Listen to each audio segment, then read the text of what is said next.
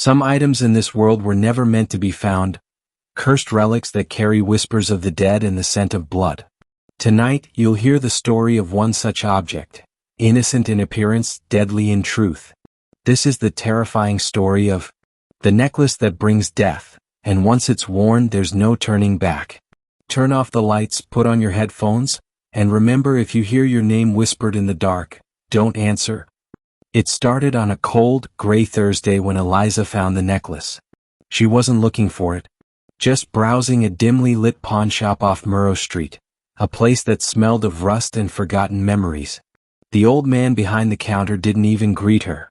His eyes seemed empty, as if they'd seen too much to care. In a small, dust-choked glass box she saw it. A necklace unlike any she had ever seen. It was silver, no, not quite silver. More like a dull white metal with a strange shimmer that seemed to pulse.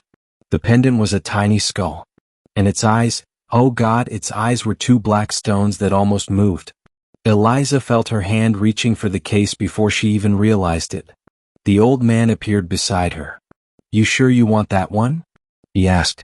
His voice was like sandpaper against stone. She nodded. $3, he said. No returns. She thought it was a joke. Only $3 for something so beautiful? She paid in cash. As he dropped the necklace into a velvet pouch, he added quietly, "Wear it and the story writes itself." Eliza didn't understand. But she would. Oh yes, she would. That night she put it on. The metal felt cold, then warm. Then cold again. She looked in the mirror, adjusting the chain around her neck, admiring how it seemed to glow faintly even in the dark. She smiled. Then a sound. Whispers. She turned. Nothing there. Just the quiet hum of her apartment. But the shadows, they were longer. And something moved in the reflection behind her. She spun around. Nothing. She turned back to the mirror. And saw a face that wasn't hers. Just for a second. A pale woman, mouth sewn shut, black liquid dripping from her eyes. And then it was gone. Eliza didn't sleep that night. She blamed it on wine or stress or maybe her imagination. But the next morning, her neighbor Mr. Beale was found dead. Heart attack, they said. But Eliza, she saw the blood. It had pooled in the shape of a skull. She stared at the necklace. A flicker of light shimmered through the skull pendant. And one of the black stones looked brighter, as if it had fed. Eliza took it off, shoved it in a drawer, closed it, locked it. But the next night she woke to the drawer open, and the necklace was around her neck. That's when she heard it. "Feed me." A voice like metal scraping bone. She screamed, ripped it off, threw it out the window, ran downstairs in the dark to get it and burn it. It wasn't there. She turned. And behind her, in the alley, stood a tall woman in tattered black lace, floating above the ground, arms twitching like broken branches. The woman pointed at Eliza's neck. "You took me," she hissed. Eliza ran. Never looked back. The necklace was back on her dresser in the morning. She tried giving it away, throwing it in a lake and burying it. Nothing worked. Every night it returned. And with it came death. Her cat. Her coworker. Her landlord. Each time someone died, one of the black stones in the skull glowed. Then came the dreams. A staircase of bones. A door made of flesh. A whispering crowd chanting. 7 deaths. 1 master. 1 chain. She counted. 3 stones were lit. She needed help. She found an occultist online. A woman named Mara had dealt with cursed artifacts. Mara met her in an abandoned church at midnight. She looked at the necklace and gasped. "It's the chain of severance," she whispered. "It's not a curse. It's a key." "A key to what?" Eliza asked. Mara didn't answer, because her eyes rolled back and her body was flung against the ceiling. Her blood-painted symbols are on the walls. And the 4th stone began to glow. Eliza cried for help. No one heard her. No one ever does when it chooses you. She tried the church fire pit.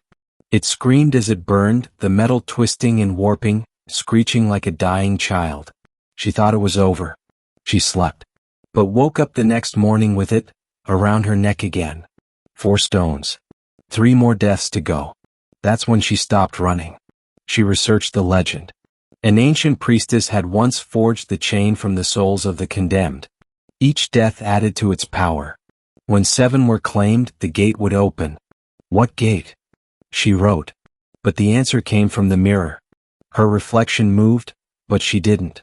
It smiled and whispered, "The gate to your soul." Now she had to choose. Let it kill, or kill herself to stop it. She wrote a note, said goodbye, took sleeping pills.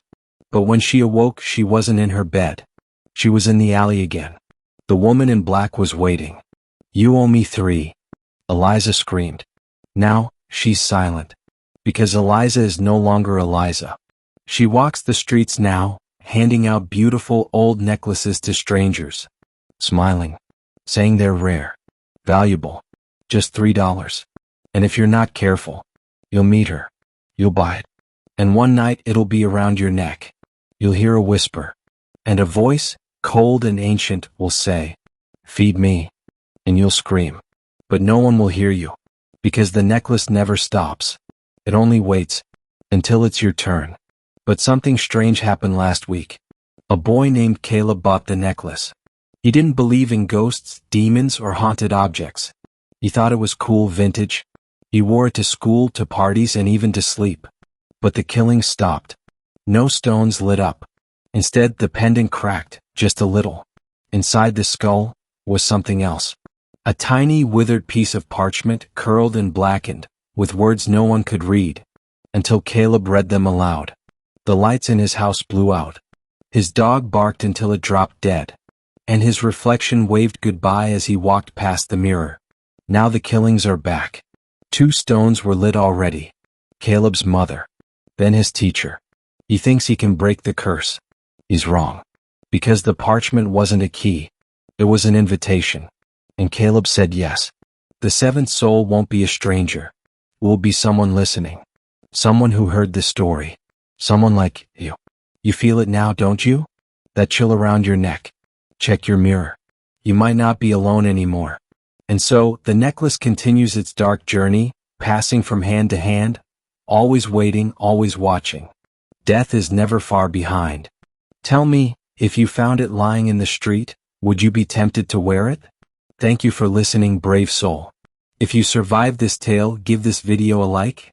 And if you want more terrifying stories, subscribe to the channel. Until next time, sleep with one eye open.